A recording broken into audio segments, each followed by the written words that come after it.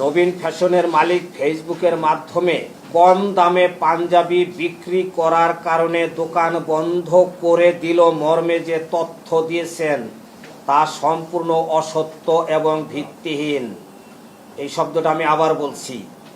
নবীন ফ্যাশনের মালিক তার ভেরিফাইড ফেসবুকে কম দামে পাঞ্জাবি বিক্রি করার কারণে তার দোকান বন্ধ করে দেওয়া হলো, এই কথাটা সম্পূর্ণ মিথ্যে এবং ভিত্তিহীন। নবীন ফ্যাশন বিগত প্রায় ৩ বছর যাবৎ বিশাল সেন্টারে ব্যবসা পরিচালনা করে আসছেন এবং ৩০০ টাকা থেকে শুরু করে প্রায় ২৪০০ টাকা দামের মূল্যের পাঞ্জাবি বিক্রি করে আসতেছিলেন। এই শব্দটা আমি আবার রিপিট করব।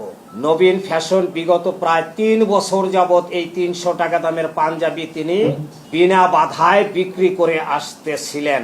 বিশাল সেন্টার দোকান মালিক সমিতি কিংবা বিশাল সেন্টারের কোনো ব্যবসায়ী কোনোদিন পণ্যের দাম নিয়ে কোনো প্রকার আপত্তি কিংবা প্রশ্ন করেন নাই বিগত ৩ বছরে।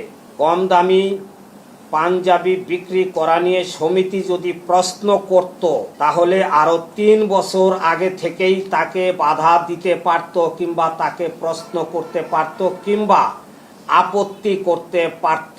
কোনোদিনও এই বিষয়ে আমরা কোনো কথা বলিনি।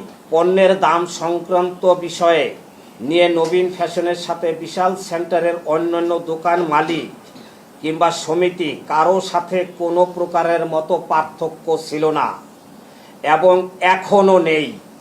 একজন ব্যবসায়ী তার পণ্য কি দামে বিক্রয় করবে এটা তার সম্পূর্ণ নিজস্ব ব্যাপার। অন্যদিকে উনি মূল ঘটনা এড়িয়ে উক্ত দিনে সম্পূর্ণ ভিডিও ফুটেজ প্রকাশ না করে খণ্ডিত ভিডিও চিত্র প্রকাশ করে বিশাল সেন্টারের একজন স্বনামধন্য ব্যবসায়ী জনাব মাইকেল সাহেবকে ইন্ডিকেট করে নানা প্রকারের কিছু অপপ্রচার করে যাচ্ছেন। যেহেতু এটা একটা মার্কেট এবং দোকান মালিকদের সমন্বয় গঠিত একটি কমিটি রয়েছে এবং বাংলাদেশ দোকান মালিক সমিতি কর্তৃক অনুমোদিত, মার্কেটে যে কোনো প্রকার প্রমোশনাল অ্যাক্টিভিটিস কিংবা অফার প্রদান করার পূর্বে সমিতির সাথে আলাপ আলোচনা করে সিদ্ধান্ত নিতে হয়।